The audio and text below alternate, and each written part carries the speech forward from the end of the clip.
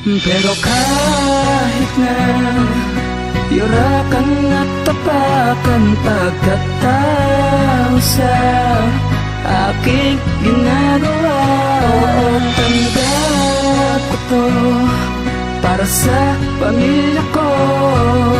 Ibang mundo papasukin ko para sa iyo. Kwento ng babae na ang landas nag-iba sa panahon ng kahirapan ng buong pamilya niya. Nung siya ay 12 anyos, dito na nag-umpisa ang malupit na kapalaran na susubok sa kanya. Pinasok niya ang trabaho na tila kakaiba, na mahirap sikmurain at labag sa loob niya. Dahil sa mura niyang edad at sa murang katawan, naisipan niyang ibenta ang ultimo kanyang laman. Gulong-gulong ang kanyang isip at palaging tulala. Lagi siyang naiiyak na parang tila balisa. Ang kanyang unang gabi sa impyerno na silid. Natatakot at kabado at ito'y nanginginig. Hindi alam ang gagawin kasi bata pa ito. Pikit mata niyang tinanggap kahit hindi niya gusto to. Para sa pamilya niya lahat ay kaya niyang gawin, para lamang maiahon at ito'y pag-aanin. Pero kahit na yurakan at tapakan pagkatao sa aking ginagawa, tanggap ko to para sa pamilya ko.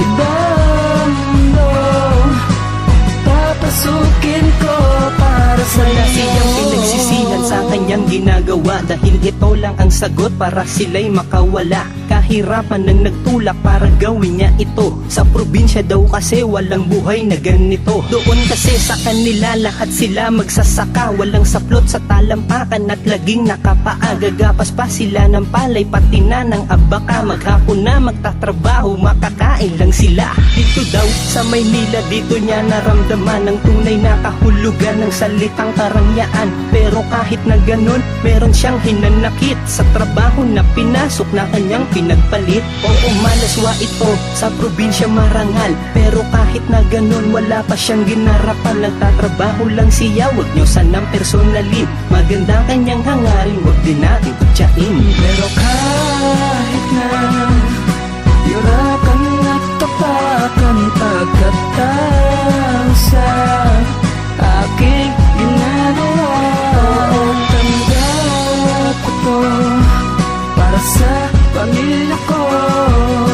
Ibang mundo papasukin ko para sa iyo. Masama na bang babae pag dito siya nagtrabaho? Masama na ba siyang tao pag ito kanyang trabaho? Mag-isip tayong mabuti bago natin husgahan. Kaya niya ito pinasok, may sapat siyang dahilan. Oo, sabihin na nga natin yung iba ay garapal, inaabuso ang trabaho, ultimo pati dangal. Ang kailangan lang naman tayo ang unang umunawa, respetuhin ng trabaho pati na ang ating kapwa. Huwag niyo sanang matahin mula ulo hanggang paa ang kanilang pagkababae. Unawain niyo sila, unawain niyo sila na may halong pagmamahal. Taas noo na respetuhin at ang kanilang dangal. Oo, siya ay bayaran no siya ay menor di edad. Kalapati na mababa ang lipad. Darating ang panahon na aalis ka rin dyan. Manalig ka lang kay ama, tutulungan ka kanya. May pangarap din siya na kailangang matupad. Oo, siya ay bayaran na mababa ang lipad. Pero kahit na ganun, wag nating kutsain, wag nating husgahan, o kaya ay matahin. Kapit lang sa patalim hanggang ikaw ay makaahon. Ng kahapon na malaswa, pwede mo na yang itapon. Isa yan sa pagsubok na kailangan lagpasan. Manalig ka lang kay ama, tutulungan ka kanya.